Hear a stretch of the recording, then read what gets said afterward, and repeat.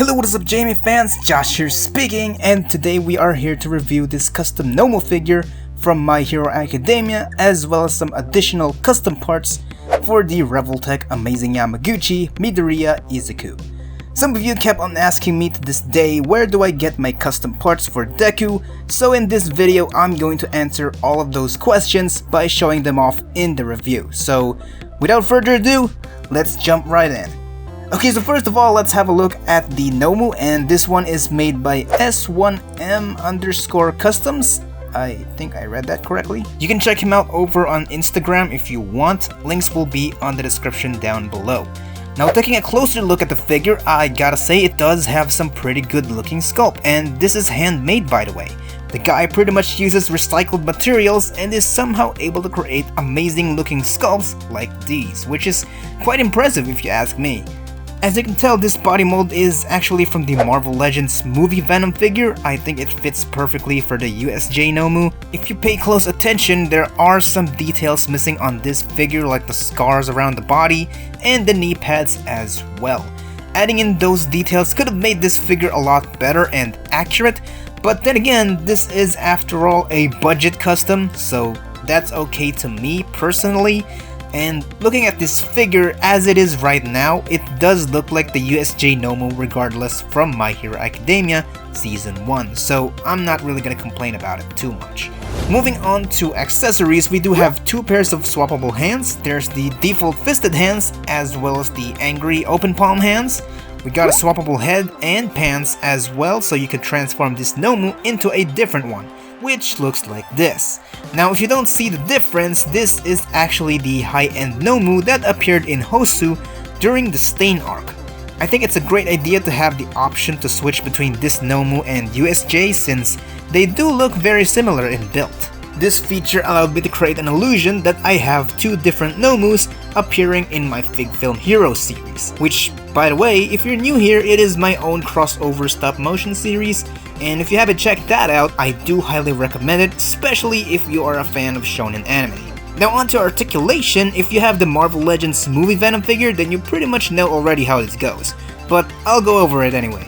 The head does have some tilt from side to side, can rotate all around, move up about that much, and move down. The lower jaw is attached to a ball joint, so it can move down and up. Arms can move up, move forward, move outward, bicep swivel, elbow bend, wrist rotation, move down and up, rotation at the torso, ab crunch can move forward and back. Normally it should be able to move more than that, but since this body mold is actually a bootleg, unfortunately it did not have the extra range of articulation on the waist section, which sucks.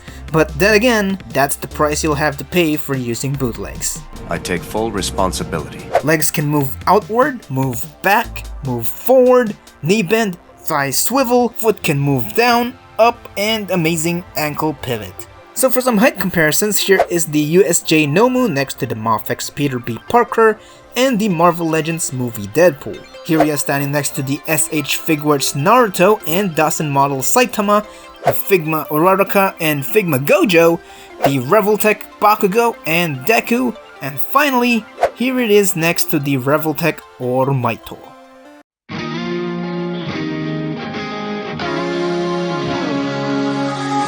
So anyways, here is a quick look at the custom hair sculpt that is of course compatible with the Revoltech Midoriya. This sculpt is also made by S1M_customs as well. So again, this is completely handmade. The material used seems to be a styrofoam, so it does feel a bit soft, but at the same time it is very sturdy as well, so I don't think it is going to break pretty easily, which is great. I will say I do think it is a little bit too big, and the sculpting could definitely be better. However, it does look pretty good, especially on certain angles, so yeah. Next we then have the Air Force gloves, which are entirely made by a different person. His name is Cleize Atma. This is another customizer I found in Facebook, and compared to the previous customs we've looked on, these are all 3D printed, which I think does make the sculpting work look more accurate and clean. I did have to paint all of these by myself since the guy was only selling them unpainted and for a decent price too, so I'm good with that. The set does come with 3 pairs of hands, which are the fisted hands, open palm hands, and 2 flicking hands for Delaware Smash, which also comes with an open gauntlet, you know, cause the Air Force gloves does extend a bit whenever he uses Air Force. Then finally we got the Vigilante, Black Deku or Dark Deku, whatever scarf and mask.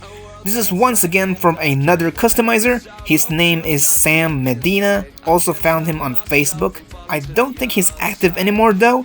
I saw him posting the scarf and mask set for like a limited time only, and after that, it looked like he didn't continue the project into a business, so yeah. I'm sorry guys, but if you want to get this specific set for yourself, you're not gonna be able to do that. Anyways, taking a closer look at these parts, I must say they do look pretty sick. According to his post, he said he made these using epoxy cast, which I'm not entirely sure what those are, but I'm gonna guess that he also made these by hand. The mask does look pretty good and accurate on the front, however on the back it is completely inaccurate. As you can see, it looks like he based the molding from the pre-order bonus that came from the Figma Deku. That mask is based off of Season 1, and while the Dark Deku mask does share some similarities with it, it is not the same. The back of the mask is supposed to be open, so Deku's hair should be exposed. But the front, however, he got so perfectly, so I guess it is what it is. The scarf for one I think looks pretty good as well. It has this dynamic looking mold, like it's being blown away by the wind. As you can see, he actually made a hole right here so you could plug this in on Deku's back.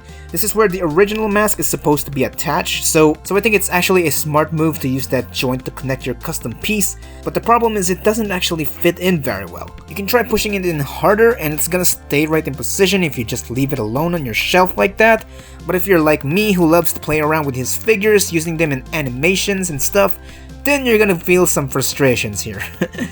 So anyways, that's about it for my review. I've pretty much shown every custom parts, custom figures of My Hero Academia that I currently have.